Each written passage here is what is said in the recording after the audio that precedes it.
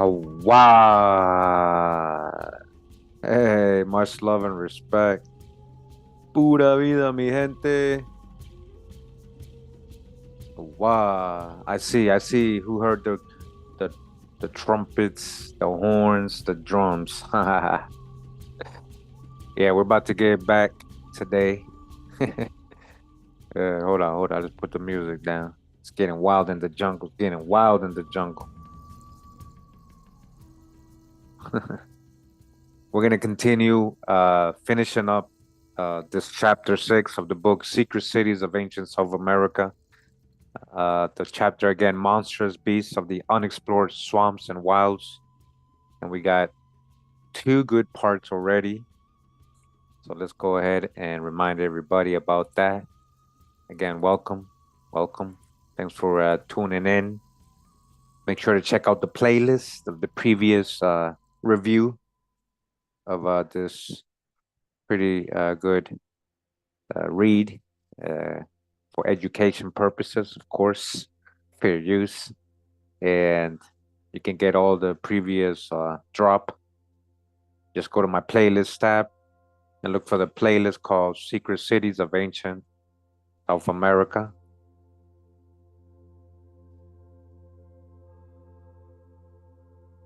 All right. A lot of good drop. And the previous two parts of this chapter, the Monstrous Beast edition. A lot of good drop on those two. Very interesting read. These stories we're hearing about these monstrous beasts all over the Americas, not just on the Amazon or South America, but it goes over a lot, right? So we're gonna go ahead and go over that part which we haven't read already. For that, right now we go to page about 304 of this book. Okay, so welcome, get cozy. Jungle Boogie, yeah. Shalom, welcome everybody in the live chat, my moderators, all the patrons, all the longtime followers. Thank you, all my channel members. Appreciate you guys. Check out the exclusive members only videos. So we go right into it. Make sure the music's not too loud. Hopefully it's fine.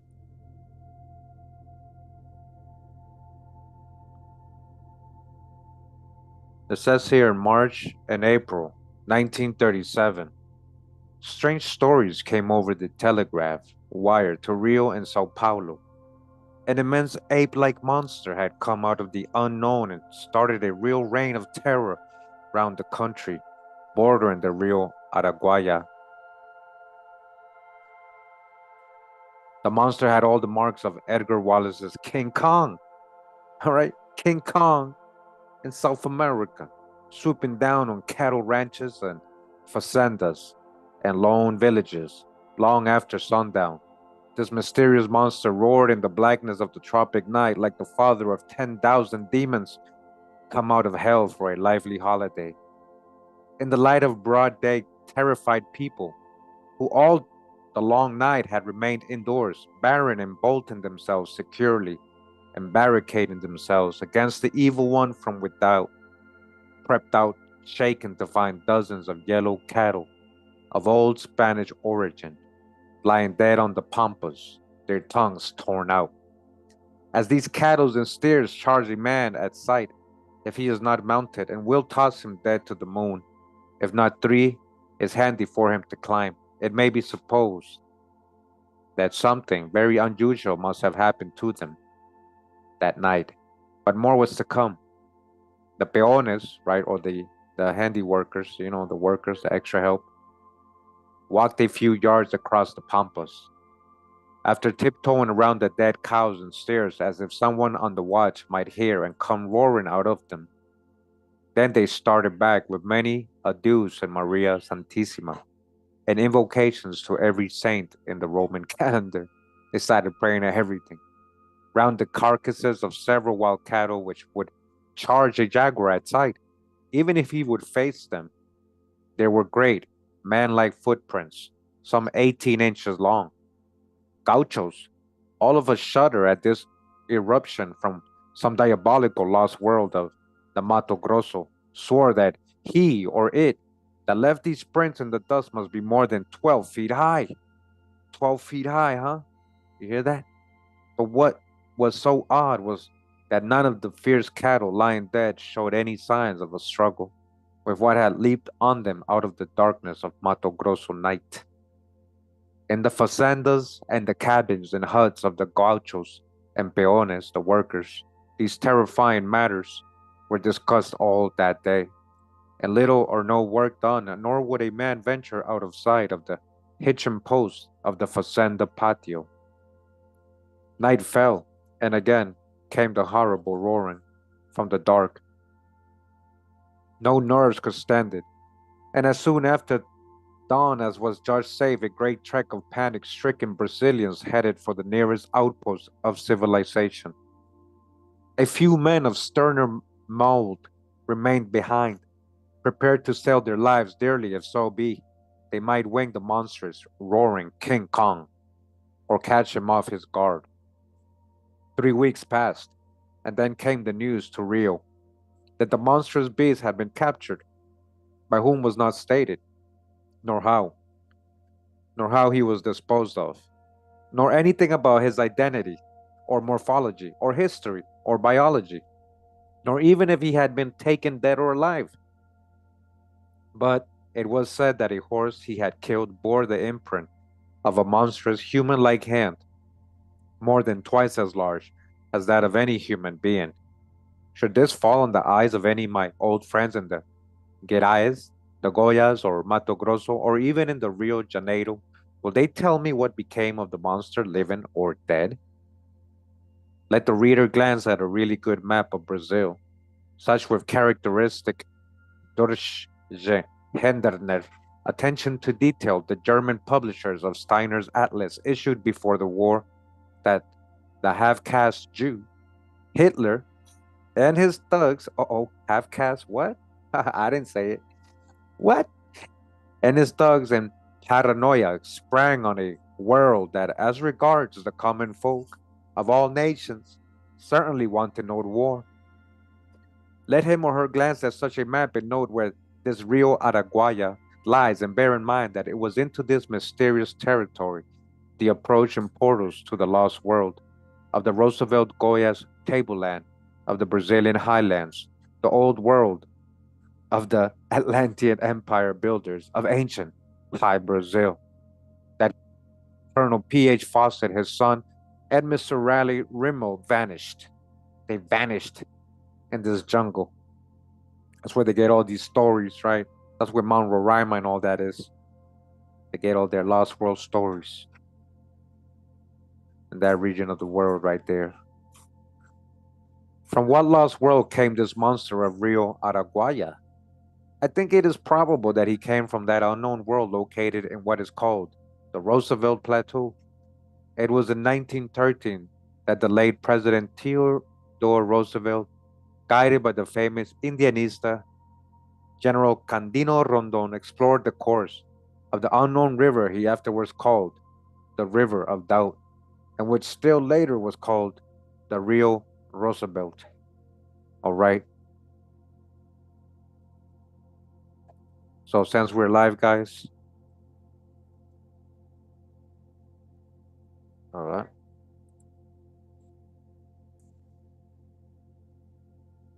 we're gonna look for it. The Roosevelt Plateau, South America. Uh-oh, Mount Roraima. I told you guys. We're just talking about Mount Roraima. All right, the lost world, huh?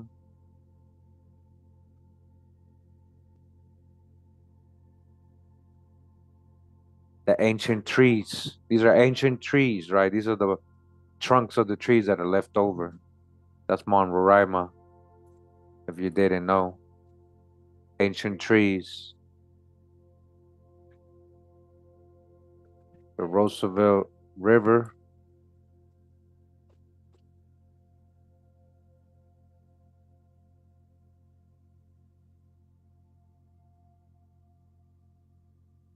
Deep in the jungle right here. Yep, coming from those plateaus. All right. He went up in there. Interesting, huh? The River of Doubt. The River of Doubt. Roosevelt, huh? What were they looking for, huh? What was Theodore Roosevelt looking for? Interesting. This river journeys on the fringe of a vast unknown wilderness. It has a turbulent course, interrupted with foaming cataracts and rapids. West of the long of 60 degrees, the longitude, right? The Rio Roosevelt has an embouchure with the Rio Madeira, and it is from about here to the longitude of 50 degrees and between 5 degrees and 12 degrees south latitude that is located this plateau. Even on the most detailed military map of the German Gross General Staff, a characteristically thorough piece of work, the space is a blank. One side of it, the east, is bounded by the Rio Araguaya. Araguaya, Araguaya. Yeah, and it's cut into the Rios Tapajos or Tapajos and Chingu. It is in this region that the dead cities of the high Brazilian Atlantean race lie, all right? It is in this region, huh? This unexplored region. Here the lost race had their seat of ancient empire. In a day before the shores of South America were thrust up some 12,000 feet, persistent rumors at outlying settlements in Amazonas and the Mato Grosso allege that this vast unknown plateau, the least known of its great size in the wide world, has great swamps, which are the home of giant saurians, extinct elsewhere on Earth millions of years ago. All right, you guys hear that? Dracons walking around. In the spreading forest range great monstrous mammals of the mammoth and King Kong type. Giant mammals. The saurians and great lizards hunt the green swamps and swollen rivers, bathed in the ruins of great and splendid stone cities. Where? In stone's ancient stone cities of Atlantis. Wow, can you imagine that? These giant beasts, huh? If they're real, right in there, roaming through the ruins of these ancient advanced civilizations that lie buried in the jungle today to us now in the future, huh? So-called future.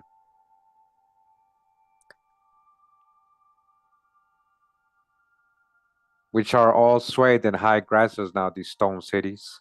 Their temple columns twined with lianas attached to great trees, and their gray and weathered mansions and majestic plazas, burgeoning with gorgeous orchids shining in the green darkness of forest and deep bush.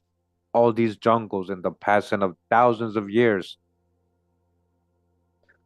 since the cataclysm have swept like the waves of time over these very ancient haunts of advanced civilization.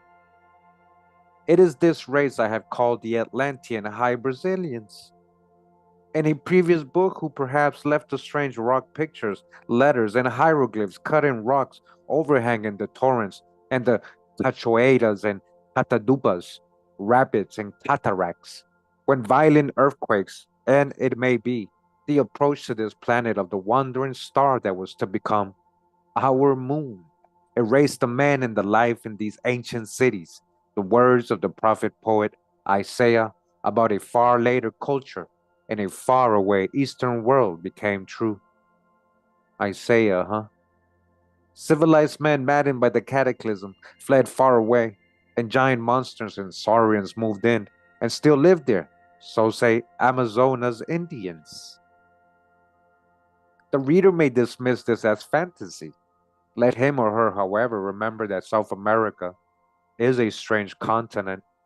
That unknown vast region of the Roosevelt Plateau happens to be the oldest land in the world. Oh, one of the oldest lands in the world, still in America. It has never been submerged. It has never been submerged. It was a giant tree, huh? It felt no slow. death-dealing uncommon of an ice age. Its climate has always been torrid and sultry in its lower levels, but like Kenya, colony uplands, healthy for white men, healthy for Europeans who might reach as higher levels. And these ancients were, oh no, bearded men. He put white. Again, remember, we got to dodge the hijack with these Atlantis researchers, making everybody so-called white in the ancient world. Geologist points out that this ancient Brazilian tableland has its ancient counterpart in the Siberian provinces of Jakutsk and Irkutsk, which too have never been submerged. And both are found the most ancient insect in the world. The most ancient insect in the world, listen, Brasilophis bondari, a plant loose called after its discoverer, Professor Gigi Bondard, now of Brazil, but formerly of Russia. This insect lives on the lower parts of plants, and any inundation would at once have killed it. Moreover, the strata is plutonic, as older strata often is, and not alluvial, indicating past floods. Here, the Indians locate traditions of the lost race of old Brazil, which once ruled a great empire. So we see that the lost world of High Brazil has possibly become the last home of monsters and dinosaurs or dragons, where climate and conditions provide the right habitat. This King Kong of old Brazil is on a level with the fierce and gigantic lizard, a veritable dinosaur known to Australian prospectors in the central deserts as the Tadicha or Pentry. In September 1932, Big Jim, an old fossicker, met up with one of the slopes of the Stewart Range when he was looking for opals. Said he, I hear a peculiar sound and looking up, begad, there was looking towards me, as if he challenged me to move a step his way, an enormous reptile. I snatched up a rock and was going to chuck it at the horrible devil, when he lashed his scaly tail and undulating his back, came springing towards me. He lets out a roar as could be heard 20 miles away, between the bark of a big dog and roar of a lion. I beat it for me life, you bet. Went back next day with pals well armed and measured the bleeding. Varmints tracks. From one outside claw to the other was 6 feet 3 inches, and he must have been 15 feet long. Australia too may at one far day have been southern extension of the old continent of Lemuria, or Mu, connected to America? Huh. In the Langanati highlands in Ecuador, where lies an old Inca gold cache. An American traveler, Richard Doyley, says that he encountered a dinosaur a few years ago, but unfortunately, one has no details.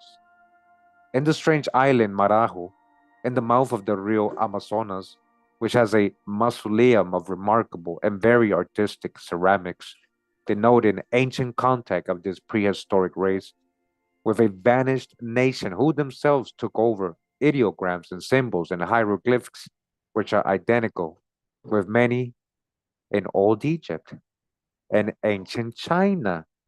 All right, the hieroglyphics, all these inscriptions they're finding all over the Americas, as well as here in South America, right? There are ancient funerary urns on which are found inter alia figures of man-headed saurians. In one case, the monster has a tail that at the extremity and contrary to nature swells out into the form of a shovel. Again, at Sangay in Brazil, there stands a curious prehistoric black stone on which is seen an unknown monster devouring its prey. The Indians around this Amazonian region say that travelers and explorers who tamper with or closely examine this figure of a monster on a stone will suffer death or serious bodily injury. Anyone who lingers round it with a camera or near any ancient ruin of the ancient race of Brazil runs serious risk of having his camera smashed and himself being painfully and forcibly expelled. Prehistoric Peru has a strange monster carved on very ancient bas reliefs in immemorial stone. Paymaster Thompson of the USS Mohegan found on very ancient pottery he dug out of huacas on the shores of southern Peru. an unknown monster with a cat's head and the curved form of a man with bent back and long thin arms, which is identical with figures of a monster or on frescoes found in that Valhalla of ancient Mu called Easter Island. Easter Island, which is literally right next to the Americas, right? Paleontologists know no such animal. Lasso de la Vega, El Inca, tells of a statue of the high Brazilian Viracocha, son of the sea, who came from the east to civilize old Peru. At Puerto Viejo, Viracocha's disciples and the master went on the sea and walked on it, walking on the sea, having neither ships nor boats. The culture hero was shown on this statue holding in one hand by a chain attached to his neck a great unknown animal with lion's claws, and it may also be noted that farther north in the land of the old Muiscas, whose ancient civilization had its habitat, is what is now the Andean territory of modern Colombia. South America, another ancient culture hero, Bochica. All right, these are all the same as Quetzalcoatl, these are some different people. Was accompanied by a strange animal of great bulk and size, which the old Spanish padres of the conquest supposed was a mastodon, an elephant, There are prehistoric bas reliefs in granite, which were the work of unknown sculptors at Cabaña, Passage, Peru, who must have had some powerful motive in commemorating it. In so hard a stone, a monster like a double-headed snake, with the rich back of a sea serpent and a broad snout and lupine teeth. A dinosaur of Mesozoic but unknown type figures on an ancient stone at Sina, Peru, or Sinai. Look at that. Sinai, China, Sinai, China, Sinai. That's how you used to say China, Sinai. Left there by a race unknown. And monster in the shape of half cat, half reptile. Huh? A half cat, half reptile, with 8 arms springing from its feline head, buttocks like those of a human being, curved legs, ending in 5 long flipper paws, and arms with similar terminations, is found on a bas relief at Manabi in Ecuador. All right? You see where they're getting the ideas for all these monsters, aliens, and this monster does not seem to be either an allegorical or mythic representation, nor a symbol, for his belly has been slit open by the ancient sculptor to show his vertebral column. Close by is a bas relief of Mother Mu or Venus, the origin of the Phoenician Greek letter Mu and of our M. It shows her in indecent posture, with legs akimbo, and the inference is that both the monster and the Venus procreatrix hail from one of the aberrant sex-mad islands of Old Mu. All right, that's what they're saying. Again, at Chimbote, Peru, where other remains of unknown antiquity, there are prehistoric depictions of other curious monsters. In one case, a dragon-headed monster, there you go, holds a human head and human-like hands. A dragon-headed monster with human hands, And at his posteriors is a lively representation of a veritable sea serpent, one of the types often described as seen on the high seas by sailing and steamships in the 19th and 20th centuries of our own day. A second monster is shaped like a sort of mammalian lizard, with long slender body and tail, and a long tongue, also with 3-toed flippers like paddles. A third monster is depicted in black and white like an armored horse of some medieval knight, breathing fire. All right, breathing fire. He was human. He has human legs. Listen to what they're finding, right? One of which carries what appears to be an armory of weapons, shields, lances, and spears. Found that in Peru. Moving northwards to Central America, we have more strange monsters carved in immemorial stone and apparently much more than mere composite symbols. All right. Old Panama has the statue of a monster of a scaly animal, which is almost identical with that carved on the bas relief at Manabi. referred to above. By its side is the statue of a pillar, of an archaic type of nude man with a necklace and the cross of torture on his chest. He looks like a type of ancient colonist from Old Mu. What does that look like? How does he know what that looks like, right? Where did they get the idea for Mu, guys? Remember my Lemuria video.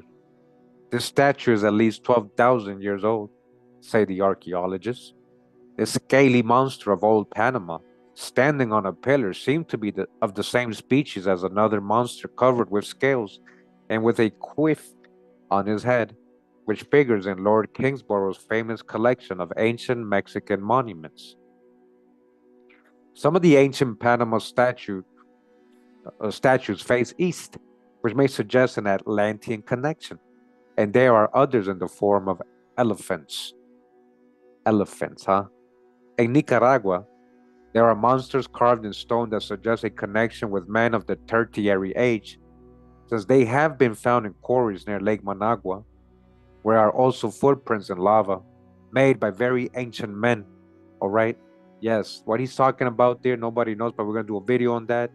These footprints that are in Nicaragua and Lake Managua, they're ancient, guys. Ancient. It rewrites history, because they say people weren't supposed to be here, right? With their whole Bering Strait theories. It was these same ancient men who made inscriptions of sea monsters with uncommon accuracy and in high relief, says Dr. Flint, their discoverer. I was unable to copy these glyphs of sea monsters correctly without the aid of instruments. Yet these ancient men of the Tertiary age, lying face upwards, chiseled them in solid rock.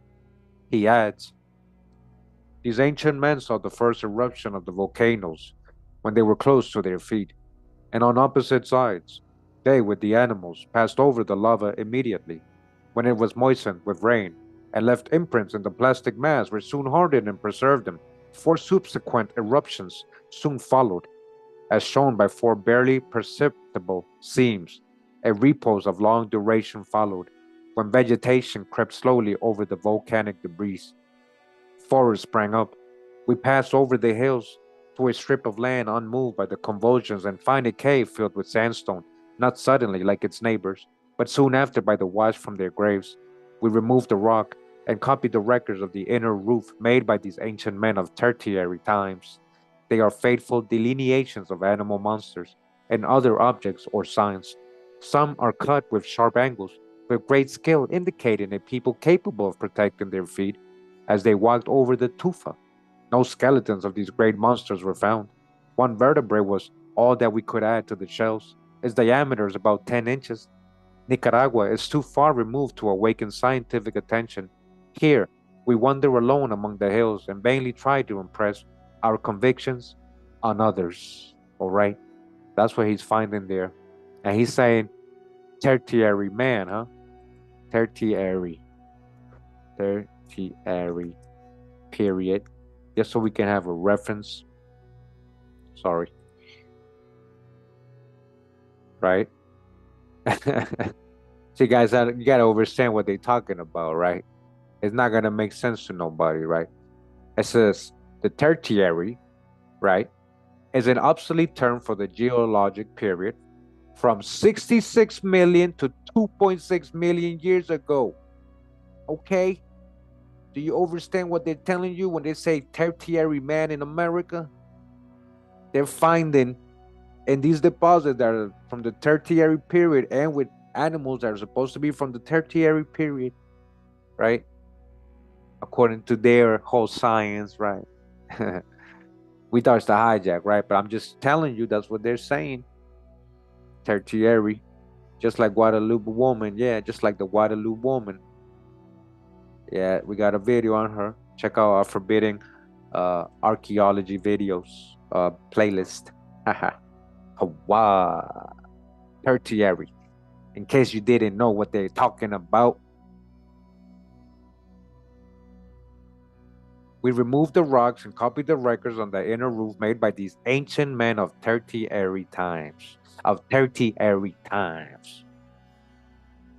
This was written at Rivas, Nicaragua on April 4th of 1888. That's when the guy wrote that.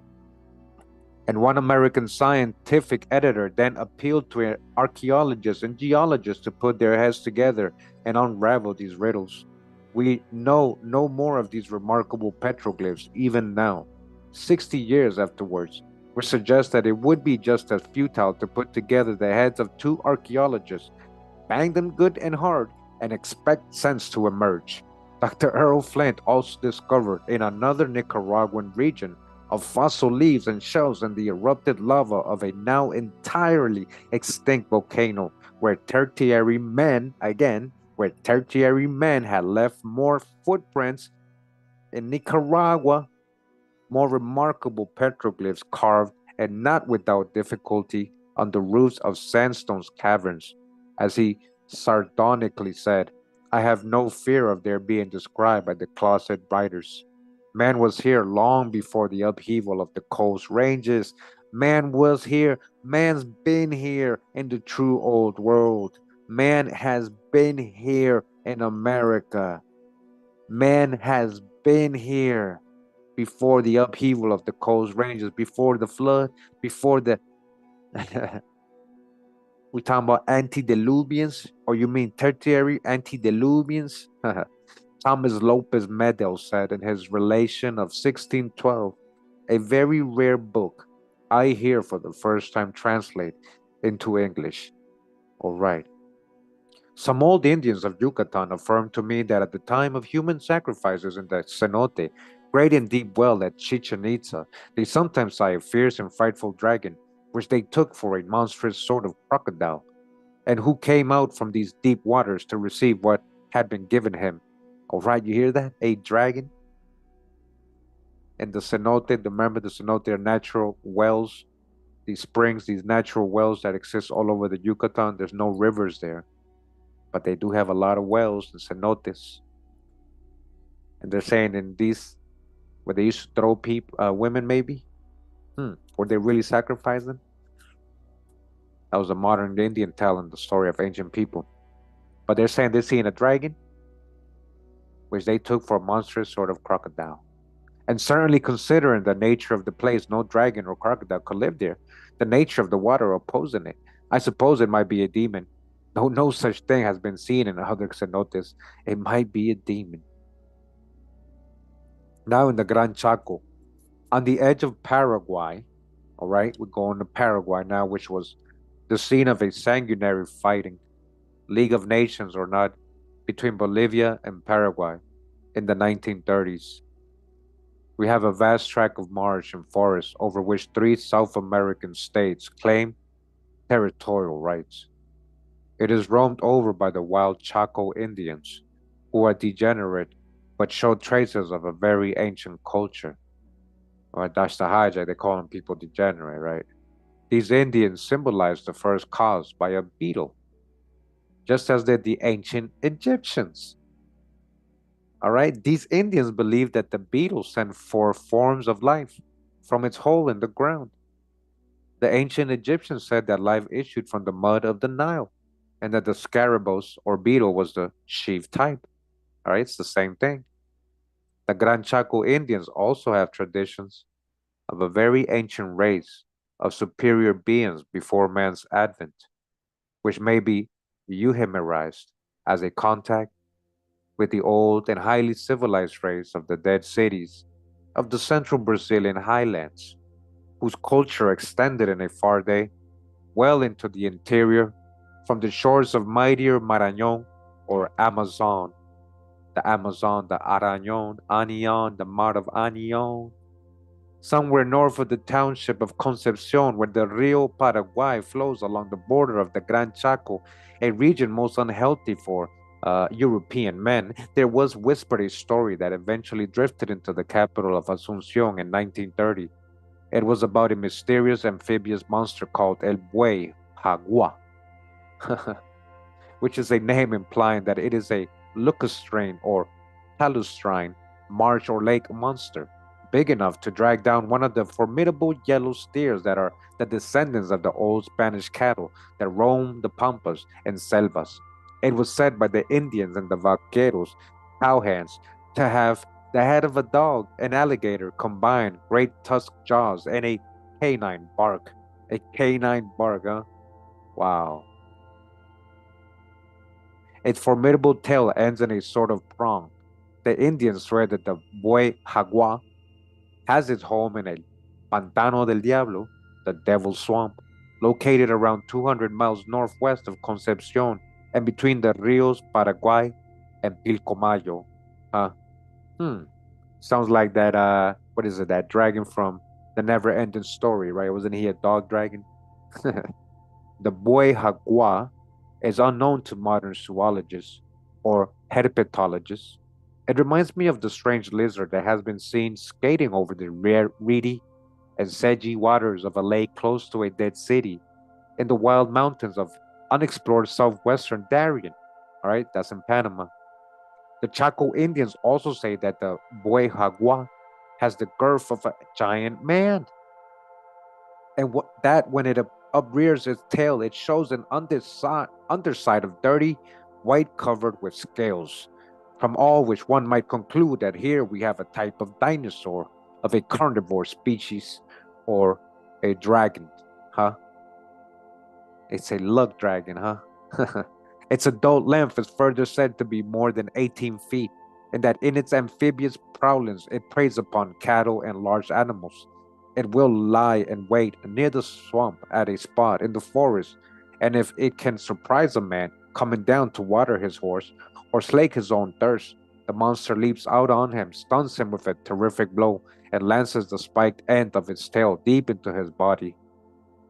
But what amazed the author of this book and his friend Major C. Hardy, former intelligence officer of the British Army in World War II, and himself a former resident and hacendero in Paraguay, was that the description of this formidable dinosaur makes it possess a very marked and remarkable resemblance to the monstrous reptilian, animalian heads on certain statues in the mausoleum of Zapataro, Nicaragua, and to the so-called feathered serpent figurine and ancient statues in both Mayan and old Toltec temples. I do not think the resemblance is accidental, but that the buey jaguar had ancestors in both ancient South and Central America. The late A.G. Hales, who traveled over remote regions of South America, as he did Asia, tells a story of a monstrous saurian which he heard from the Indians while he was far up the Rio Amazon in Brazil. It will be found in his absorbing story of Barney O'Hara Trapper. This monster inhabits recesses of lush and steamy marshes and lagoons. One night, an Indian, fearing to sleep ashore, anchored his canoe in midstream. In the middle of the night, he woke up and gazed ashore to the woods. There his eyes were caught and fixed by two queer moons that seemed gently to sway in the treetops. They had a hypnotic force that made him take up his paddles and row ashore.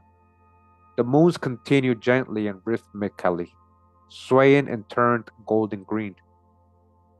Sorry, swaying, yeah, told green. The Indian, as one mesmerized, heard unearthly music and drums beat. Time seemed no more. He was nearing the shore and death when on a sudden came a great wave of water under the bow of his canoe, and the moon emerging from a break in the dense trees of the forest lit up a scene from the Mesozoic age. An immense reptile of species unknown rose from the waters and clashed his immense tusked jaws on the neck of a giant anaconda. A frightful struggle followed, and the tremendous coils of the snake were dragged from the tree down into the waters of the river. Mr. Hiley's or Hales makes the significant comment that snakes with these mesmeric powers are seen near ancient temples in the forests of Brazil, luring parrots with hypnotic eyes that rapidly change their lights from green to crimson. All right, snakes that hypnotize other animals, maybe humans, huh? One race of ancient South American giants appears to have tamed a monstrous race of Mylodons. Darwin, as one noted above, entered a great cave where he found dung balls of chewed grass close to the gigantic bones of these Mylodons. He thought that only giants could have tamed such monsters and used them as beasts of burden. You hear that? and that giants invaded ancient Peru from the south. There is plenty of evidence in ancient stone-lined wells, artifacts, and even skeletons of giant men and women in places as far apart as Trujillo and Manta in Ecuador. All right, giants and more giants. All right, in South America too. It is probable that it was the rarefied air of the great heights of that beat these giants used to warm lowlands. They attacked one old Kata. Look at that. Kata Carrion. What we read yesterday, Kata Caribs, Kata Carrions, Kata Black City to obtain women. The lost manuscript of Blas Valera has a surviving extract recording from ancient sources that these giants built a sumptuous temple with iron tools at Pachacamac in the time of the Inca Ayatarco Cuso around 500 BC. That giant animal were contemporary with ancient man in South America is again proved by the discoveries of the naturalist Lund in a limestone cave on the borders of a lake in Minas Gerais, Brazil. Lund found in 6 caves 44 extinct species, including a peccary twice the modern size, a megatherium, a cat bigger than a jaguar, a smilodon, a large animal akin to the saber-toothed tiger, and a species of horse like our own, just like the normal horse. Lund claims that man existed in South America, and the like certainly applies to what are now the United States of America and North America in these ancient times, they're saying, at a time far more remote. Again, listen, far more remote than in Europe, before Europeans, before Europeans had man, had people. They were in America, North and South. We already know that, but more corroboration, more people telling you. For he found that several species of animals had disappeared from the fauna after early man's advent. A wounded megatherium's head was found in a deposit of the Rio de la Plata, 7 leagues from the north of Buenos Aires. The monster had been wounded by a prehistoric hunter. Burmeister says that the bones of great animals found in Argentina are mixed with those of ancient man and his artifacts. All right. Dr. Holmes in 1859 told the Philadelphia Museum of Natural Science that he found a megatherium and mastodon bones at the bottom of banks at the Ashley River, South Carolina, mixed with ancient pottery. With ancient pottery, megatherium. Megatherium. All right. Megatherium. All right. There's not supposed to be people living with these animals, guys.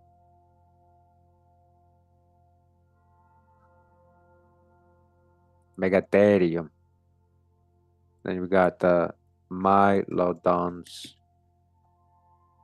They said somebody tamed these animals. That's what they were saying earlier, that man tamed these animals in America. They have proof of that, evidence, but this is stuff they disregard. They had these animals, and they were a lot of these people, giant men too. Probably 8 footers, 9 footers, 10 footers, 7 footers, you know. So it says in the Argentina Ameghino, as long ago as 1868 to 77, found that ancient men had actually made their dwellings out of dorsal bones of the giant Glyptodon at a date that cannot be later than Neolithic times. Ameghino and Kidel found at Miramar 4 silex arrow points close to the vertebral column of the Toxodon, which was the size of the East Indian rhinoceros, and quartzite arrowheads were there found buried in the vertebrae of extinct animals and are now to be seen in the Museo de la Plata of Buenos Aires. An Argentinian government commission found that the arrowheads had been made by men of the Tertiary age, all right, and of the Miocene and lower Pliocene man in America, all right. Again, 600 miles northwest of this place, Ameghino found the femur of a toxodon in the same pebbly bed in which was embedded a quartzite arrow or lance head of a tertiary age man. All right? How can they write this off? The arrow had been shot into the bone of the animal while it was still alive. On the banks of the little stream of the Frias, 20 leagues from Buenos Aires, he found human fossils with pottery, charcoal, burnt bones, arrowheads, chisels, stone knives, and bones of extinct animals, which ancient man had chopped. All right, they had chopped these animals. Evidence man had was with these animals. Yet the bigoted and purblind Argentina Scientific Society refused even to hear his memoir read. All right, they was like, no, it can't be. You see, the gatekeepers, right? No, no, America's not older. No, they can't be here. What these asses would have said of Lund's findings in the Minas Gerais, we may leave to the reader's imagination. Eyes they have and do not see, and brains stuffed with hoary fallacies and obsolete theories. They got eyes and they still can't see. Tell me about it. Fray Pedro Simon, author of a rare book on Latin America, tells a story of a strange saurian type of monster met with on the El Dorado Trail in the year 1534, when Nicolas Friedemann was second in command of George von Speyer's expedition of 500 Spaniards, 300 infanteria, and 200 caballeros or cavalry. It started inland from Coro in 1534, and Federman had orders to follow up on von Speyer with supplies. The latter got into the interior some 1,500 miles, encountering incredible hardships. Jaguars carried off their horses and attacked and killed some of their Indian bearers and one Spaniard. All right. Again, Jaguars, what? They carried off the Spanish horses. You know how big the Spanish horses were, guys? Jaguars just carried them off. The strongest feline animal in the world. They're the real king of the jungle. That is a jungle. It's not a savanna. The real kings of the jungle. They hunt in the water. They hunt crocodiles, alligators, all that. Jaguars. Frederiman had orders which he did not carry out, for he avoided contact with the leader and wandered at the head of 200 soldiers, seeking glory and gold. He emerged from the mountain passes onto the plains of Bogota in April 1539. Before that, high up in the montaña, they had crossed a rather narrow river where they found signs of very ancient populations. Sickness had overtaken them, and they were very short of food. They had to halt and send out men to search for food in that wild region, and some soldiers had not gone far into the country when they came across some villages with people and food, and taking from them one and the other, they quickly returned to the camp where Frederiman resolved to find out the cause of the ruins of those small settlements, and inquiring of the Indians brought into the camp, they said there had been a fierce and savage animal with many heads bred in that river, and so fearless and valiant that little by little he had destroyed the people of the villages, which occasioned them to withdraw from the neighborhood of those waters, where he had his customary haunt, and some went where the soldiers had found them, and others to other parts. The soldiers found no difficulty in believing this, since some amongst them had heard the valiant and horrible roarings of this monster within the same ranchos. Others affirmed they had seen him with their own eyes and judged him to have several heads, varias cabezas, and certified that he was a fierce and frightful monster. Some said he was a snake, others that he was a dragon. They said he was a dragon. They seem to have made no attempt to capture this monster, but packed up on the orders of Frederiman, who determined to make his way back to the mountains, as he was afraid of missing the chief of the expedition. Fray Pedro also speaks of another queer monster found only in the province of Cumana, Venezuela, that comes out of the jungle in the dark hours at no other time, to the edge of the Indians' villages. Here it weeps like a child, very loudly to cozen the people, and if any come to see who is weeping, and gets within arm's length, he is devoured. It is of the shape and size of a full-grown greyhound, galgo, and for dread of it, the Indians, when night comes on their cabins, carry flaming brands. Another monster growing almost to the same size, but with a very ugly head and countenance, often defecates, right? Small snakes that afterwards plunge into the craggy brambles but die soon after. Wow. Another old Spanish American writer who, too, is for the first time here translated into English, He is Don Diego de Avalos y Figueroa, tells a truly astonishing story of a weird animals of the South American selvas or woods, which had been encountered in the late 16th century, right? 1500s. His book La Miscellanea Austral was published at Lima in 1602 and dedicated to Don Luis de Velasco, Caballero de la Orden de Santiago y Visorey y Capitán General de los Reinos del Perú, Chile y Tierra Firme.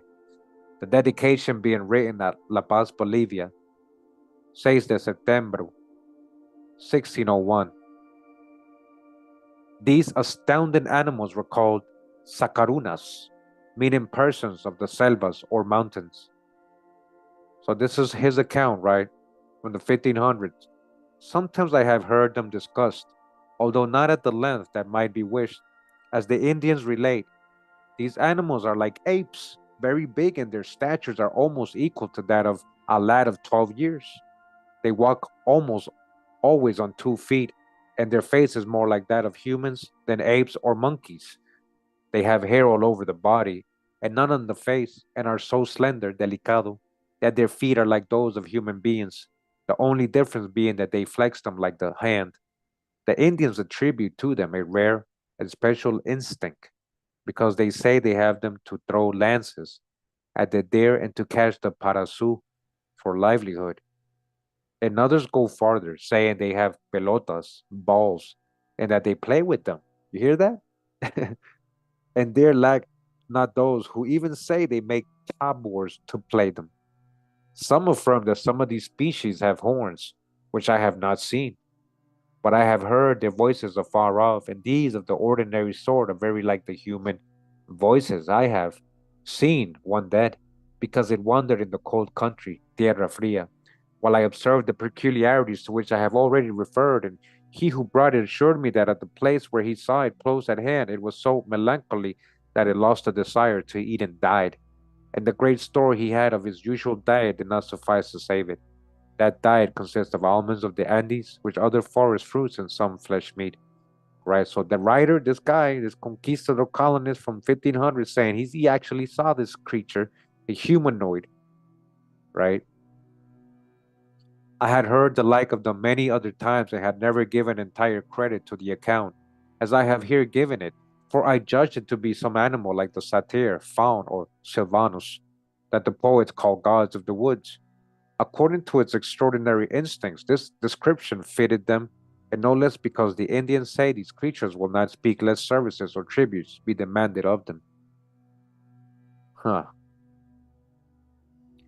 The Devalos refers to us to the old story of Jerome that Saint Anthony, on a visit to Saint Paul, saw one of these animals in the desert. He describes the food of these Andean sacarunas or sacharunas. The nuts of this almond tree are not bad in taste, but they soon sour. The tree is very tall, upright and smooth, right to its top, where the branches grow out like the Spanish cypress. It is so lofty that one can scarce see the fruit, which are a sort of balls as large as crecidas toronjas, large grapefruits or shaddocks of a hard wood. And inside are the almonds, appearing like the quarters of an orange, and in the same way covered with another shell, not the less strong, though thinner. Since this tree is so lofty, how do these animals manage to gather the almonds? I am told they do not climb up to them, for that is impossible, but wait till the nuts are ripe and fall just as we gather ours. So when they pick the nuts up, they have not had much time to get rancid. But it must be that these animals cannot all the time find these nuts, nor always hunt, as the Indians say, the deer.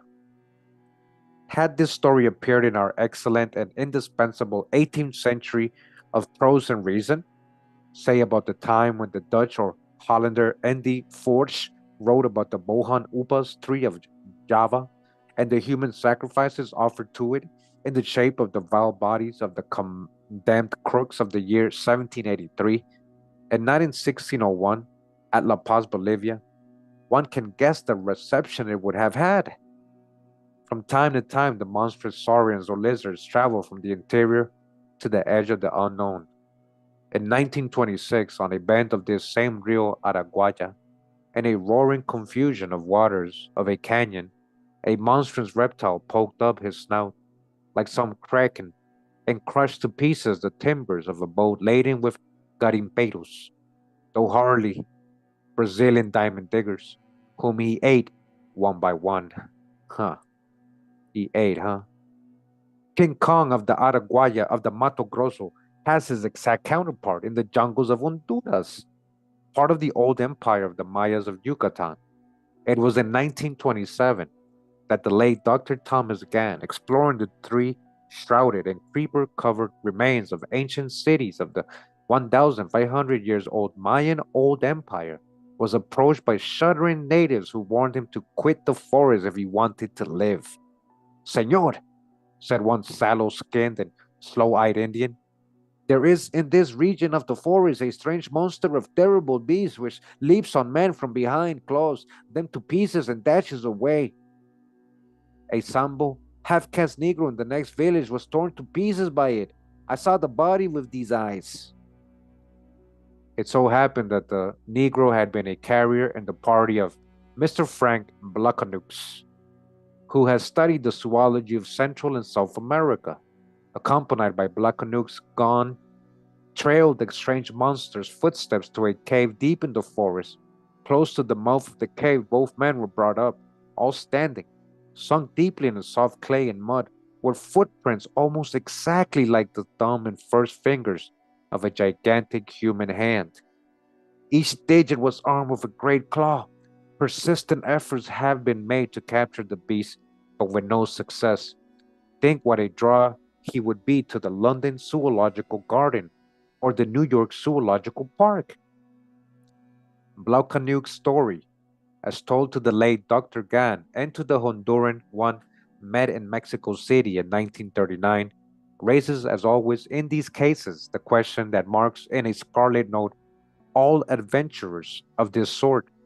And I ask none to remind me of Louis de Rougemont, for that luckless gentleman in his day or soon after it was proved to have been by no means a romantic liar in toto.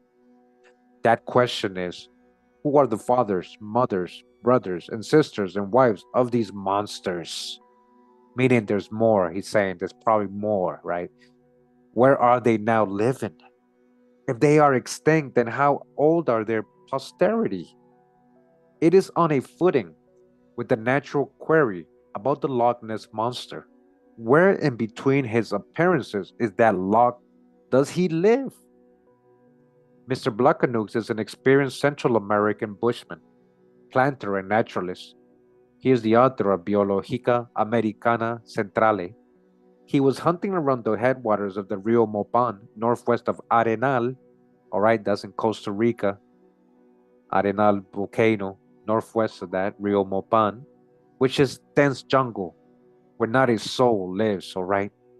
It is much as it may have been when the mastodon and the mammoth roved the grassy plains, and the saber-toothed tiger made many a tasty morsel of our Eocene ancestors.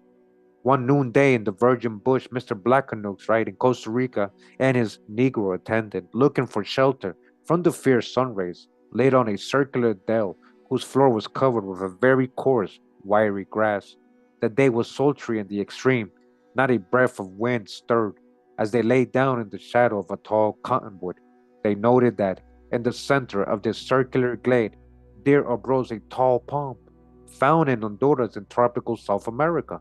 Of the cold-hewn species, its trunk was very smooth and straight. The large hard nuts yield oil and material for fancy articles. Only lizards stirred in the enervating heat, where the rays of the sun shimmered in reverberating waves. Blackanooks and his black friend, so-called black, were sinking to sleep when the Negro suddenly jerked up with a cry of astonishment.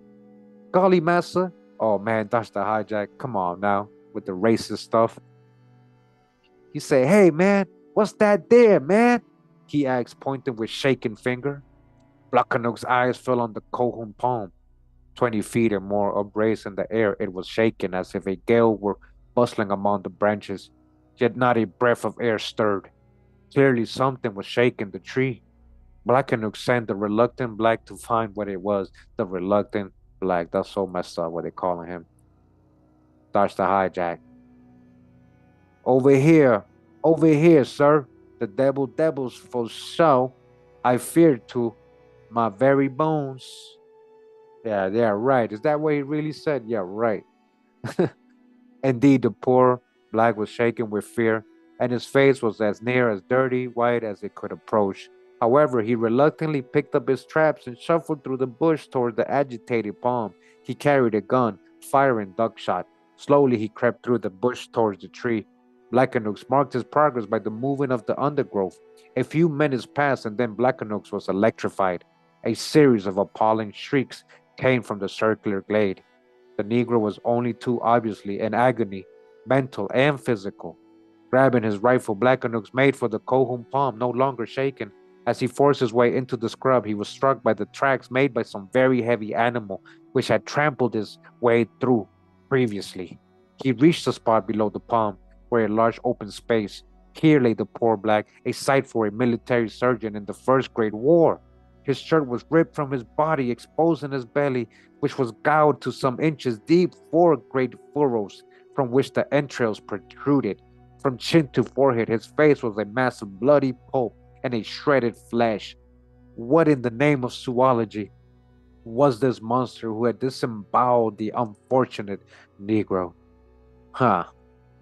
Blackanooks had a flask of rum and raising the poor black's head, he poured some into his mouth. But it was clear the sufferer had not long to live. He just managed to whisper to Blackanooks, "The holy devil ripped me up." He run for that bush, sir. Staying just long enough to bury his poor black under the Cohum palm, Blackanooks followed on the trail through the bush. Wherever the monster had gone, he had torn and broken branches and left a trail of torn off leaves and twigs. Straight through the bush went his trail, till Blackanooks debouched into a savanna of coarse grass, which led to more dense, primeval jungle, rising steadily in 3 miles or more to a ridge of whitish hills, riddled with limestone caverns such as one finds in Yucatan or around Palenque, in western Guatemala's jungles of the Maya cities of the dead. Approaching the range, the monster had turned into a donga, or dried bed of a big brook running east-west in the line of the hills. The bed was cluttered with big fallen boulders, with only coarse tussocks of grass here and there. As the monster went, he had turned over great boulders and torn away the dense lianas, though as a man of war hussar, Blackanooks had some trouble in following up the trail in this dry ground. But at last he found himself standing, listening, and peering at the mouth of a dark cave. Night was coming on, overhead towards steep cliffs like the bastions of Sir Arthur Conan Doyle's Lost World of Professor Challenger, which, by the way, I may again remind reader is not altogether a work of absorbing fiction. All right, it's not fiction. Blackanooks ventured into the cave in the falling light, and he managed to see prints of the soft, wettish floor of the cavern, which stretched a long way into darkness. Bending down, he made out the monstrous imprints of a great human sort of thumb, with 2 giant fingers armored with claws. But it was not the place to linger around in the growing darkness of oncoming night, not with prehistoric monsters of this sort somewhere in the rear behind the blackness of the cavern. Suppose that hairy black monster had comrades, a harem of female demons with smaller fiends of like tastes and capabilities in the line of disembowelment. May even an express bullet might not stop him or them. Blackanooks set off while the going was still good. Right through the bush he trailed the monstrous tracks in reverse till he reached the glade of the Cohum palm.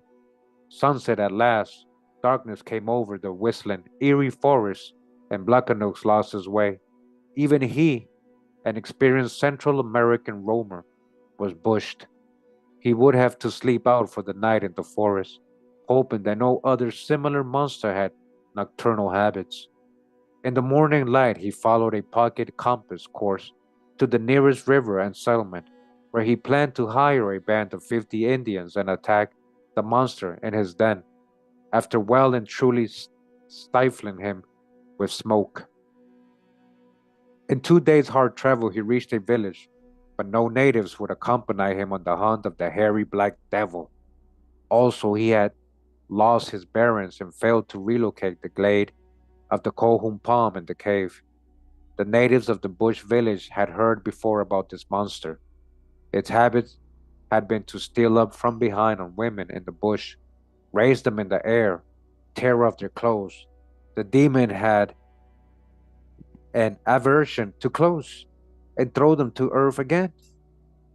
The women were too terrified to take notice of the monster. All they remembered was that the beast was large, very large, clutched them in great arms, armed with terrible claws, scratched their skins and tore off their clothes. Then, lumbering into the bush some way, it cast them into the scrub and went off alone. They remembered that it was covered with very long, stiff, black hairs. Just before he died, Dr. Gan heard another report about the monster. It came from an archaeological friend at Arenal, all right, again in Costa Rica, Arenal volcano area. Indians here have found on the trunk of a large tree deep marks scratched in the bark at 5 or 6 feet above the ground. It looks as if some large animal had rubbed his hide against the rough bark. Where he has rubbed himself, the bark has adherent to it some long, very stiff black hairs, marked with some whitish, soft mud and dust, which may come from a limestone cavern. Dr. Thomas Gann, who was a member of the British Museum expedition to Honduras and Yucatan, died in a London nursing home in February 1938. Some years before his death, he came across the tracks of what he thought was a gigantic iguanodon, extinct at least 2,000 years ago. In the Mesozoic age, these saurians reached 40 feet in length and lived on grass and vegetation. Gon found the tracks near one of the ancient jungle cities in Mayan Yucatan while he was endeavoring to solve the mystery of the hairy monster of British Honduran jungles, who is reputed to carry off men and women. Another beast of unknown type was seen by Gon as he and his expedition were riding in 1932 through the Acaiche or marshy territory close to Rio Hondo border of British Honduras. He says it has a large body covered with black shaggy hair and a head with a white mane that covered the face. It trotted like a large ape on all fours and calmly vanished into the forest without taking any notice of the expedition, men or horses. At Sakshan in old Mayan territory, he also saw a horrid reptile that seemed to be a cross between a snake and an eel, a most uncanny creature like a reptile from some earlier age. Those monsters who leave footprints in the mud on the edge of swamps and the unknown Capulican in Bolivia's abominable forests inhabit a type of Mesozoic world which must be or would have congenial to the monster sea serpent reported to have been seen in the year 1925, swept out on a spate of floodwaters after heavy rains or a freshet from the Serra do Pacaraima, injected into the great Rio Orinoco of Venezuela. It was believed to have reached the river Ortoide on the eastern side of British Trinidad. If it be not this saurian, then the monster called in Trinidad the Huilia. All right, so people in Trinidad know about this monster. The Huilia or Huilia is closely related to the Orinoco beast. In January 1934, just before I went to Rio de Janeiro, the folk of the port of Spain were all agog about this monstrous reptile. An expedition was on the point of setting out for the Rio Ortoide to try and snare him. They took with them a Hindu snake charmer with pipes to lull the monster into slumber, whereas one supposes a Swen Foyn harpoon gun of a modern whaler or a mammoth electric derrick would have wilted under the strain. The Huilla appeared to have made his last appearance in the year 1840, evidence of which is published by E.L. Joseph in his Rare History of Trinidad. All right, it's even written in that book. Mr. Joseph says the monster haunts the region upriver in British Trinidad and was, at that date, 40 years old. So today he must be 150 years old? The Huilla is 50 feet long, as thick round the waist as a man's body, and has a pleasant old Norwegian kraken's habit of creeping swiftly and slyly overland across country from the river after swimming the water with steamboat speed. He creeps up on the cattle or unwary sheep browsing in the riverine meadows and swallows a few for breakfast. It may be noted, by the way, that sea serpents are believed to appear and vanish at intervals of years. What they are doing in the long intervals or where and how they spend their time, no one can say, and one either rejects in total the evidence offered or keeps an open mind about it. All right? An open mind about it. And some images of the Spaniards overtaken. It says Ingeniero Antonio Pauli, in his Ensayos Ethnografía Americana, tells of his experience among the Mojos Indios of Bolivia. Says he, one day I lay down on some matting in a hut, smoking and dreaming when I was startled by the sudden apparition of a boa constrictor, which glided through the door of the hut and came in my direction. Leaping off the lounge, I grasped my machete, the one weapon in reach. The hand of the owner of the ranch was laid on my arm. He said the snake was inoffensive and killed rats and toads. Furthermore, it was looked on as a friend of the house. A traveler later on told me that he had lived in the same pueblo and that the custom of taming snakes was common among the Indians.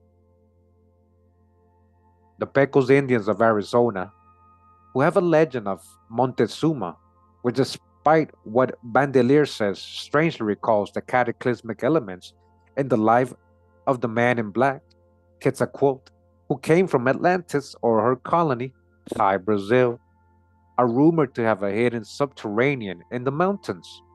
Here they adore a monstrous snake, La Víbora Grande.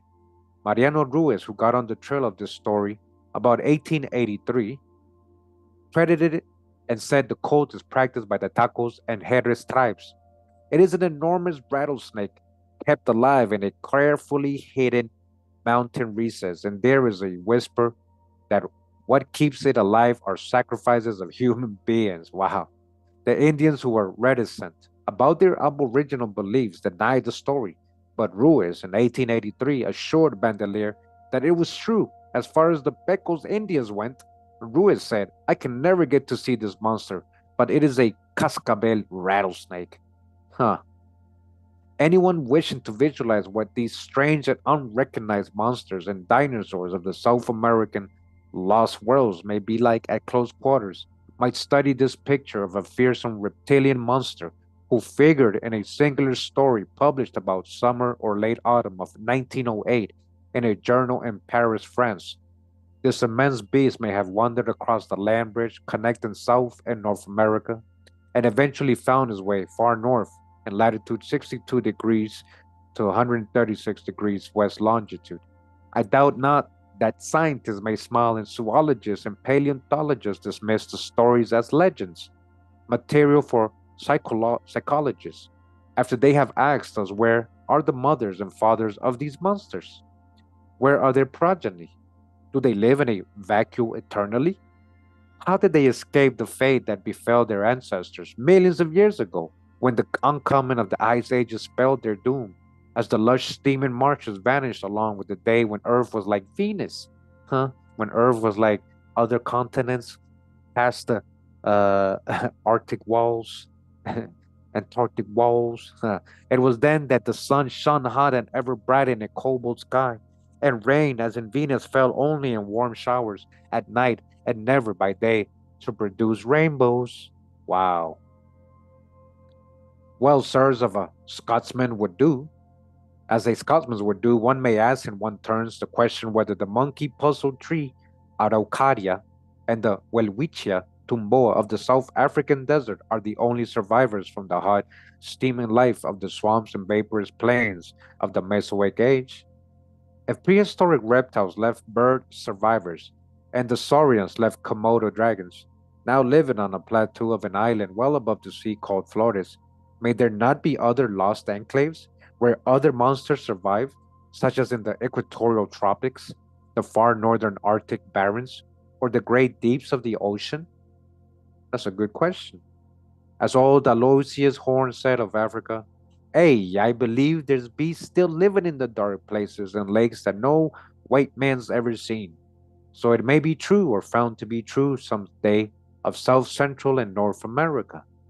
In 1908, one Monsieur Georges Dupuy told, in a long defunct journal of Paris, the strange story of a terrestrial monster he and other men saw in the lonely region of Partridge Creek in the Yukon Territory.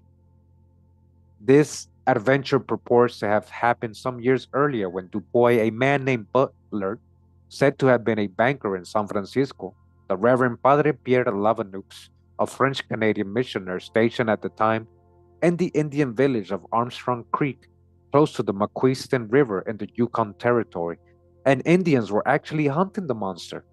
Mr. Butler had come to Dawson City in order to buy gold mining concessions, after which he planned a hunting trip with Dubois.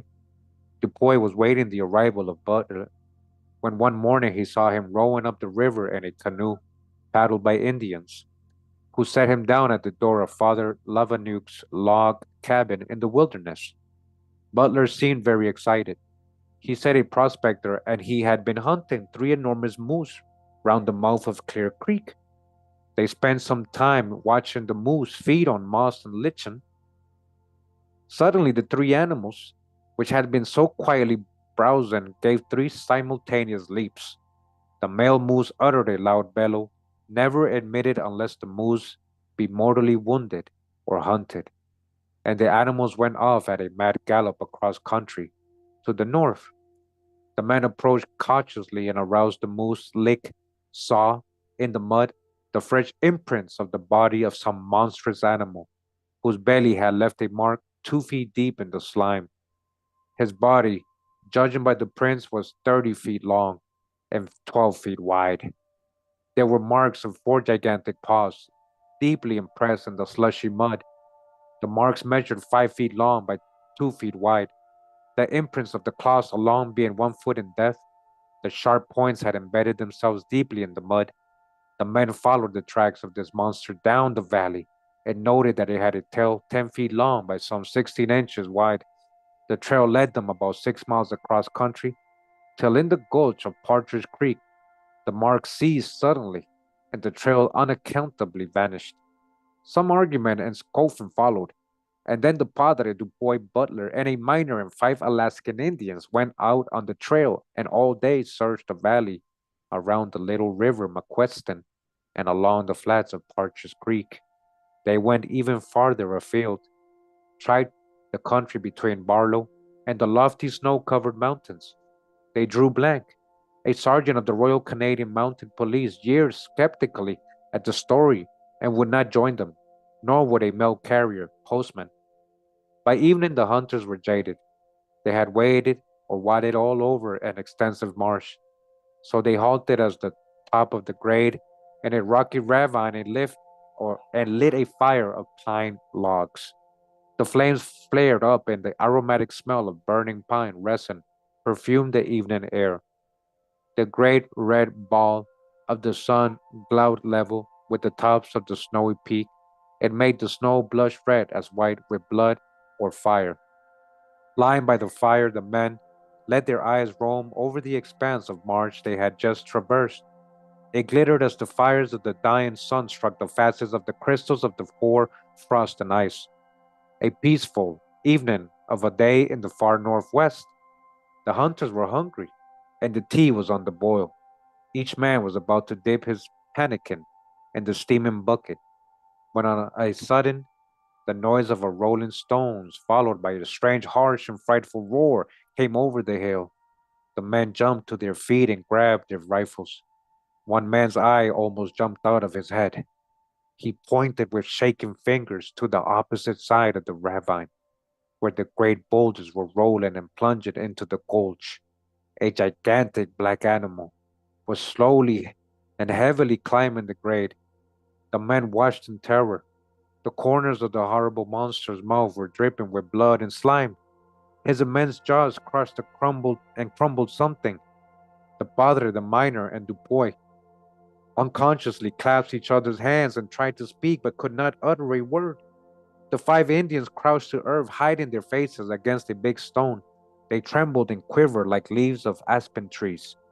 Then Butler, for some reason he could never explain, jumped up and rushed down the hill, as if to fetch help. The tongue-tied, almost paralyzed man gazed fascinately as the monster stopped about 200 paces away. He did not seem to have noticed them. and luckily they were on the downwindward side of him. As they watched, the horrible beast rested on his huge belly, staring motionless into the eye of the red sun, which was bathed in the landscape in weird and lurid light. It was a scene which must have been familiar to those giants who lived, as the Hebrew epic tells us, in the morning of the world's long day. The monster stood for 10 minutes, while the men were riveted to the spot and even stifled the sound of their breathing. Then he turned his neck, but still did not seem to see the men.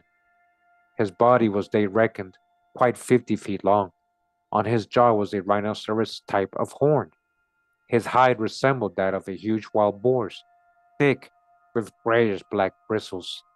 Mud was plastered all over his belly. Butler now came creeping up the grade and whispered in Dupuy's ear, "God, the thing must weigh around 40 tons." As he whispered, the dinosaur moved his jaws and emitted a sound like the crunching of bones.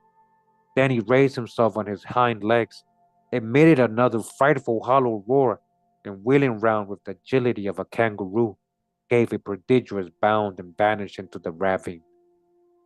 The watchers, not being equipped with a howitzer or machine gun, wisely forbore following on his trail. They concluded they had all had enough excitement for one day, and ought not rashly to attempt to capture or exterminate a doubtless unique and valuable animal.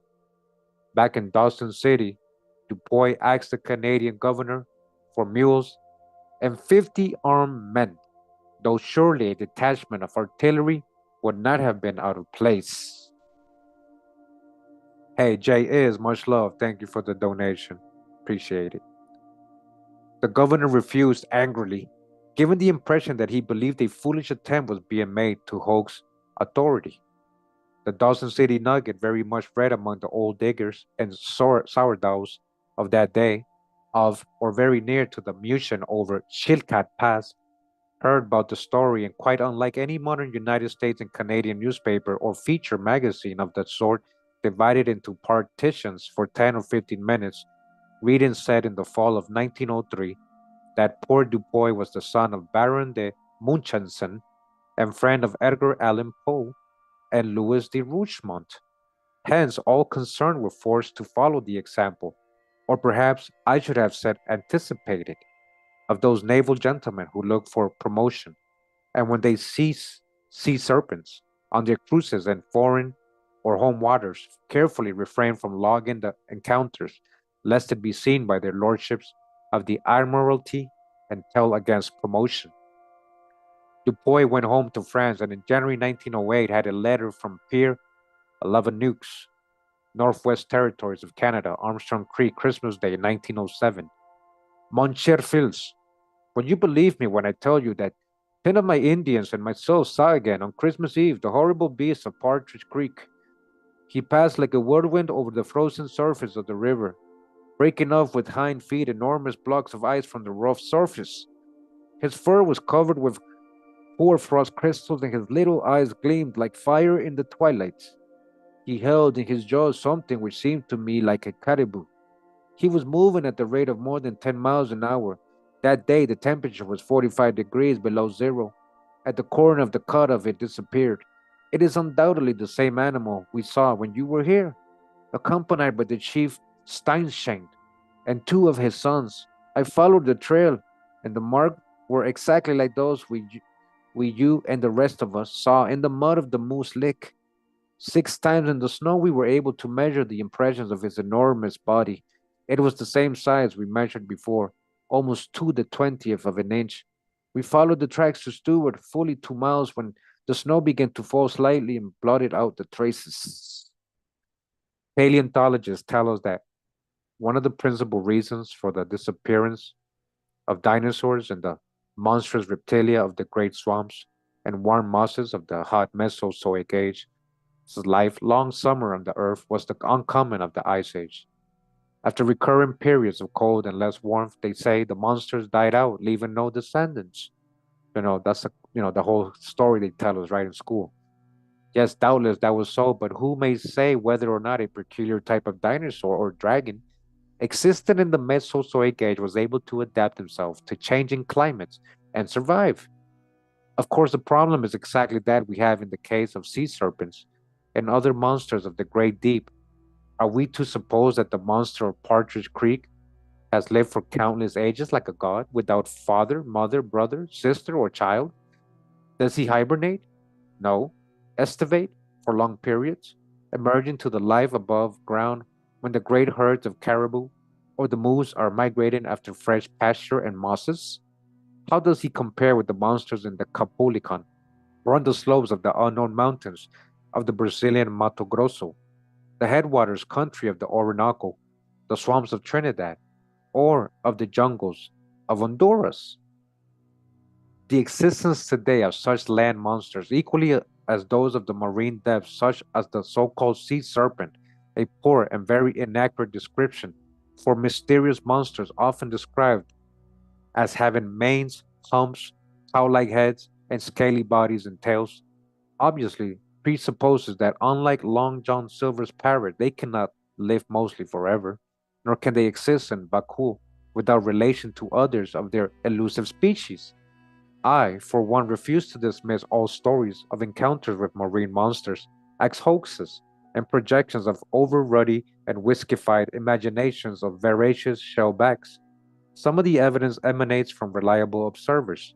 For example, in the war year of 1917, the British warship HMS Hillary was off the coast of Iceland, some 70 miles to the southeast, sea flat and calm barometer set fair, when the officer of the watch reported to Captain F. W. Dean, RN, the appearance of a creature with a neck around 20 feet long, a whitish head with a cow's nostrils, and a dorsal fin rising above the water for 4 feet.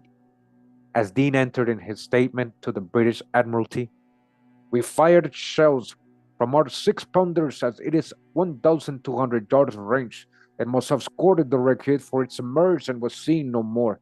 A few days later, our ship was torpedoed and our logs and journals went down with her. Herr Kapitan Baron von Forstner of Ulstersebut, submarine 28, was patrolling the Atlantic on 30th of July 1915 when he torpedoed the British freighter Iberian. After the shot had gone home, he wrote in his log, "There was a violent explosion 25 seconds after the Iberian had gone under. A few seconds later, a gigantic sea monster was hurled, writhing and struggling around 30 yards into the air. The monster was around 60 feet long, shaped like crocodile. His head was long and pointed, and he had 4 legs terminating in big fins. He remained above water only about 15 seconds, so there was no time to photograph him. 3 other officers saw him." 2 other German submarine commanders also reported encounters with marine monsters unknown to marine biology. Capitan Werner Lofwisch said he saw a marine monster when he was officer of the first watch in Ustersibut on 20 and 1915. The night was clear and the moon shone. He made a note in his diary. Saw a sea serpent at 10 p.m. without possibility of doubt. The creature had longish head, scales like a crocodile, and leg with proper feet. The mate saw him, but when the captain came up from below, the monster had vanished. The monster was about 90 feet long. The late Sir Arthur Conan Doyle wrote in 1929 that he was on the bridge of a liner off the coast of Aegina, with the famous temple of Neptune on the port bow, when I saw swimming parallel to the ship under the water a curious creature around 4 feet long, with a long neck and large flippers. I believe, as did my wife also, who also saw it, that it was a young plesiosaurus. A Queensland correspondent wrote me that a young plesiosaurus was taken in a net off Mudgee Beach, Australia. He sent me a sketch which is like one I myself saw off the coast of Greece. Again in 1935, Professor Selim Hassan, when excavating around the pyramid of Chephren, found some ancient boats, in one of which was the head of a gigantic animal with huge teeth, whose identity no one could establish. In September 1938, a skeleton of an extinct type of monstrous mammal, which was contemporary with the dinosaur and on the borderline between the mammal and the saurian, was found by the Danish Arctic expedition led by Dr. Lodge Koch in the mountains west of Jameson Land near Scoresby Sound. It is now in the museum at Copenhagen, Denmark. In August 1932, there appeared in South African newspaper a photograph of a huge lizard-like creature feeding on the carcass of a dead hippopotamus in a swamp in the Dilolo region of the Congo, Central Africa. The picture was said to have been taken by a German scientist of the Schomburg expedition, which went to the swamp in the hope of filming this monster, called by the Negroes the Chepetwe. Another man, J.C. Johansson, a Swedish overseer of a plantation in the Kasai district, reported that he had seen the same monster on 16th of February 1932. He took a photograph of it and he said, "Suddenly, I saw two elephants and behind them a monster around 16 yards long. He had a lizard head and a tail. I made 3 snaps with my camera, but only one picture came out well. The monster moved with astonishing rapidity. I was very scared and started back home. On the way, I had to cross a big swamp, and again I saw the huge head of this monster. It looked like a great lizard, and this time it was covered in ooze and devouring a dead rhinoceros. I took more pictures and remained hidden till the monster vanished." If this story be true, and the photos are or seem genuine, it reminds one of the saying of old trader Aloysius Horn, "Ma'am, Africa's a strange place.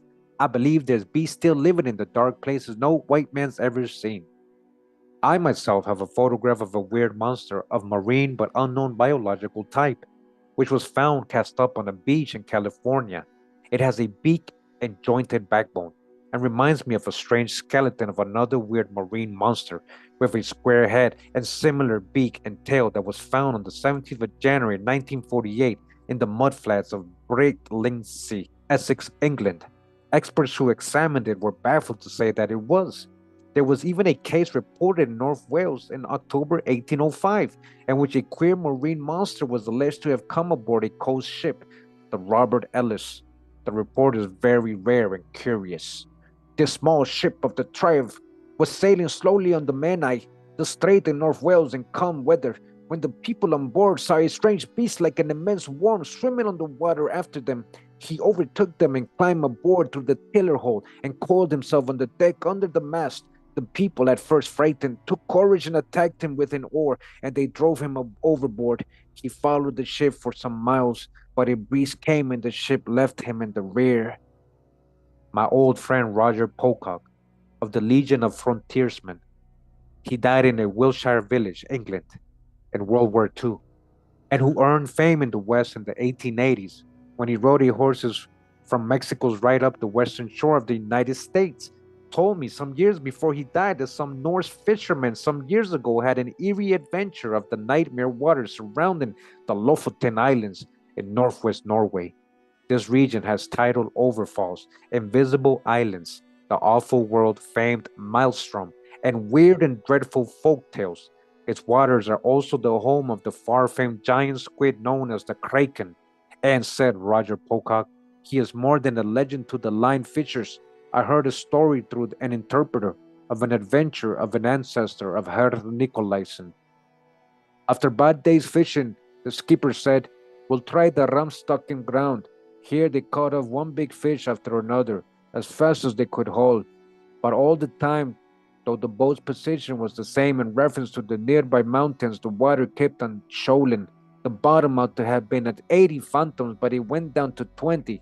Then the skipper said, "Haul in. Let's row as if we stolen the boat and oars."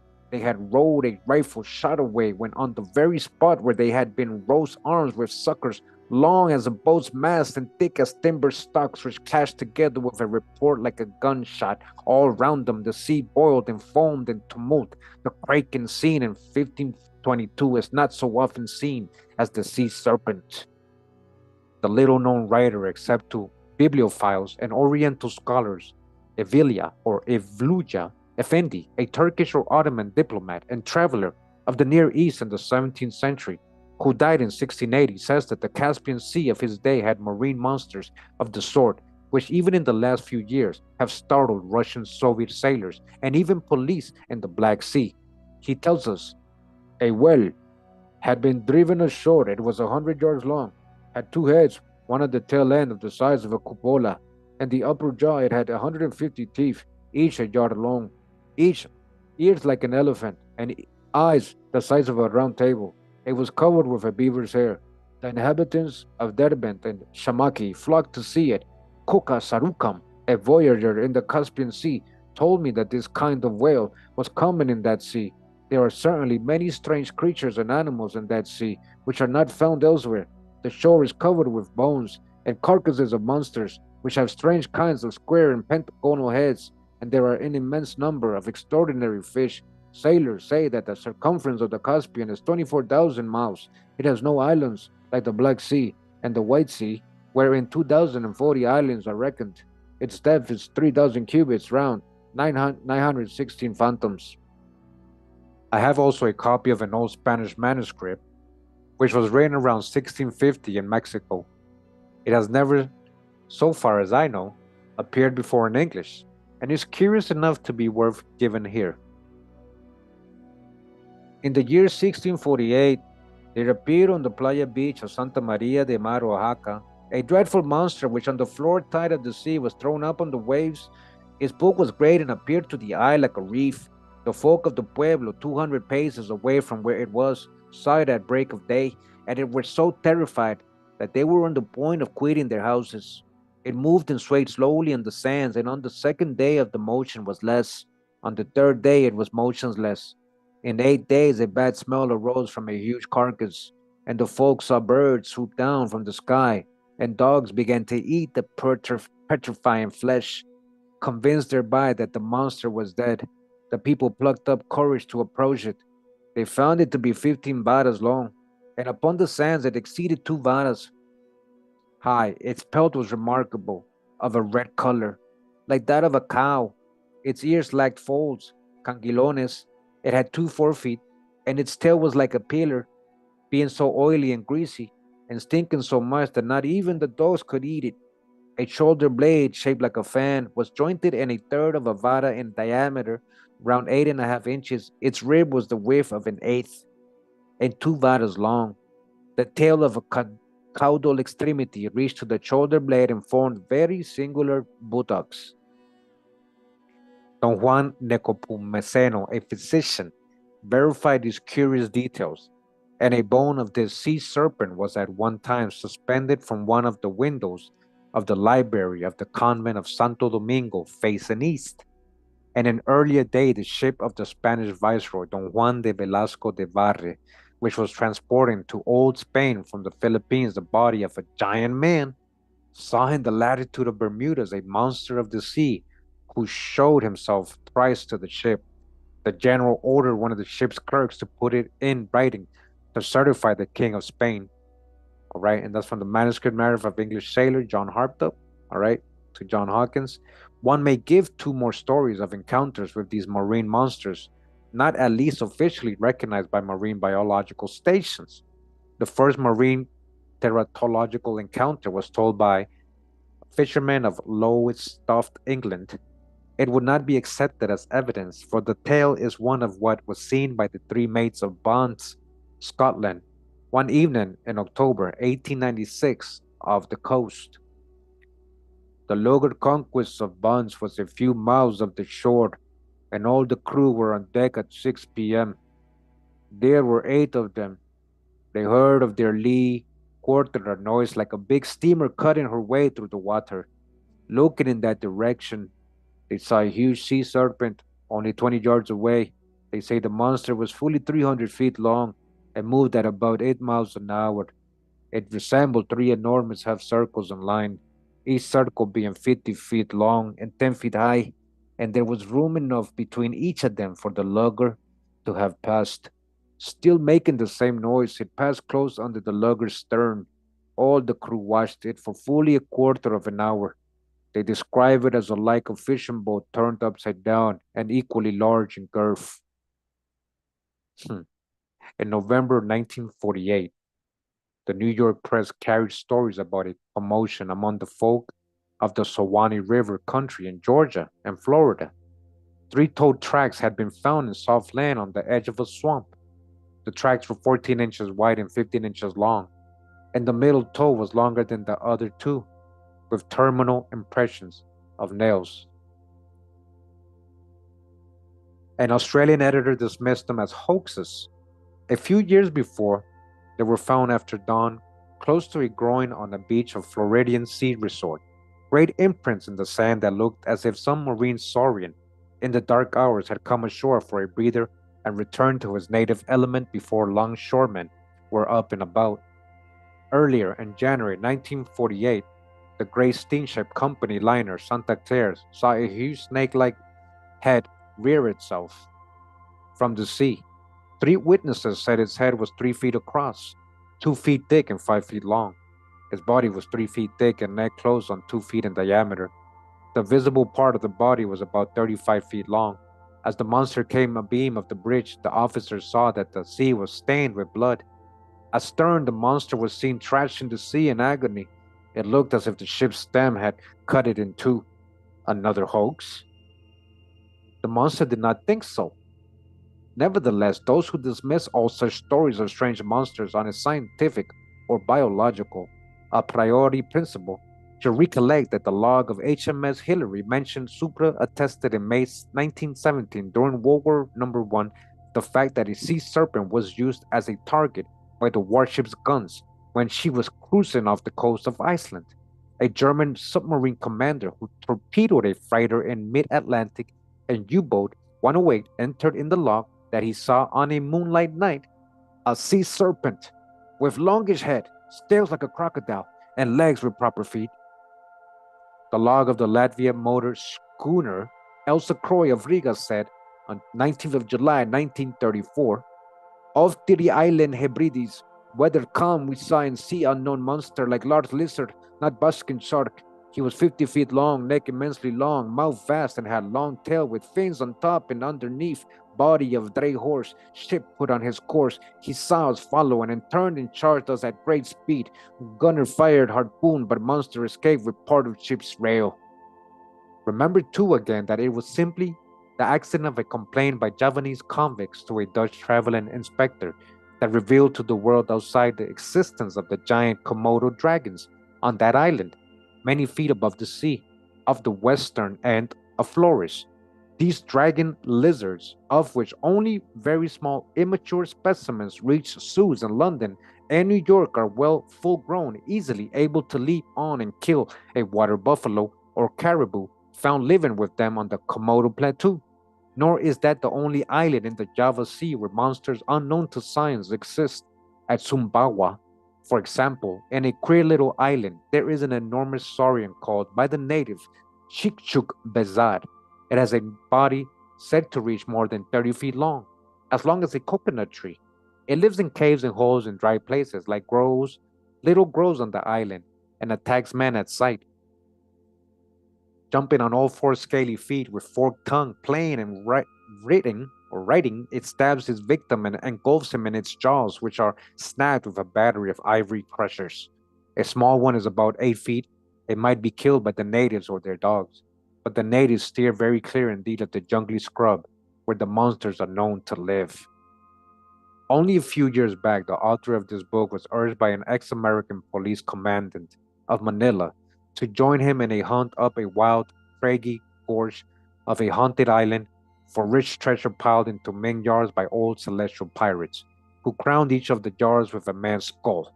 The island lay somewhere in the Bashi Channel, exactly where, for the sake of thwarting the rascality of Japanese yellow thieves and spies, I may not specify, but said my America commandant, no fisherman will go near that place. Not only do they swear it's haunted, but there are queer flying lizards to be met there, huh? Dragons. Why then should Asia, and not ancient South America, have hairy dragons? Why wouldn't South America have hairy dragons and monstrous animals, huh? Good question. Is Loch Ness to be their only derided habitat in this mysterious earth? As the old monk of Lydgate's day said, strange things that be in the land and sea, strange things that be in the land and sea, my lad. Strange things, my lad, indeed. Strange things indeed. Strange things indeed. And that's the end of chapter 6. The weird, oh wow, look at the next chapter. Oh yeah. Weird denizens of the antediluvian forest. Oh yeah. Let's see what it got to say about that. We got also another book on that. But we're finally done with this chapter 6. All right. This was like literally about 70 pages long. We did no more than that, 80, about 80 pages long. Yeah, like 80 something pages. We did it in 3 videos, all right? But we enjoyed the reading all these stories of these crazy monsters and beasts, right? I mean, you can take this as history or myth, but there's just so many stories, and we know that a lot of myths and these legends are based on some type of fact, right? So we just gotta have an open mind, an open mind. What do we really know about the world, right? What do we really know about the world, my people? Hope you guys enjoyed the reading today, but not just today, the last two of this series, this whole chapter. Yeah, it was a pretty big chapter to read, but we did it. We did it together. I just didn't want to do like a 4 or 5 hour video, so I split it in, I think 3 parts was pretty good. I think it was pretty good. So I hope you enjoy enjoyed the reading of these stories. Some of you may say, well, that's not history, that's just myth. Well, I think it all comes together. I think the videos, they all come together in telling a bigger story, you know. So a lot of things that we don't know in the world, not just history, but this is history too. What's the largest lizard? That's what I'm up. Yeah. Hey man, I'm glad you guys appreciate it. I'm just seeing the live chat right now, just in case people asking who am I talking to.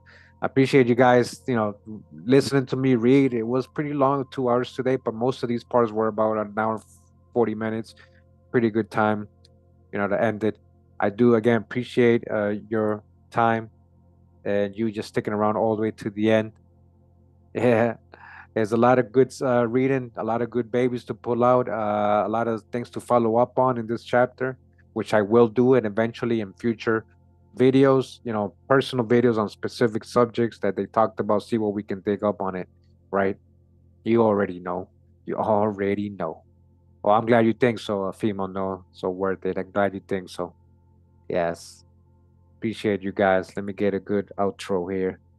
Let me get a good outro. Yeah, wow. What we got here?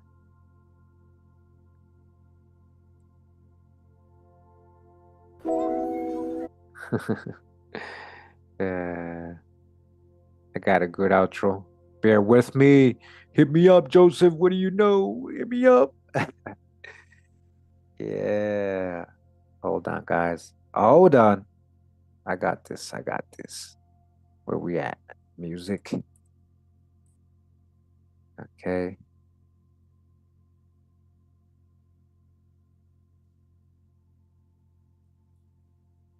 Wow.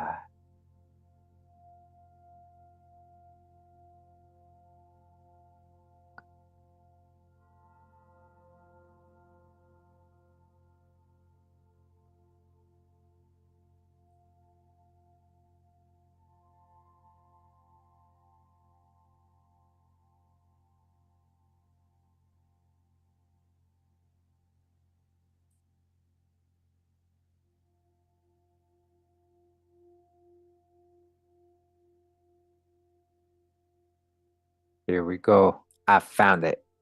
We're gonna groove out of here. Thank you again to all the supporters, all my channel members, all my patrons for holding me up. Hey, Nitzia, what's up? Thank you for the donation. Appreciate you very much. Again, thank you for tuning in. I'll give you your time back, your Tuesday afternoon back. We'll be back with more. We'll be back with more tomorrow. Back with more. I wonder what he's going to read to us tomorrow. I wonder what we're going to learn tomorrow together. Nothing but love for everybody. Nothing but love. Much love. Pura vida, mi gente. Pura vida. Wow.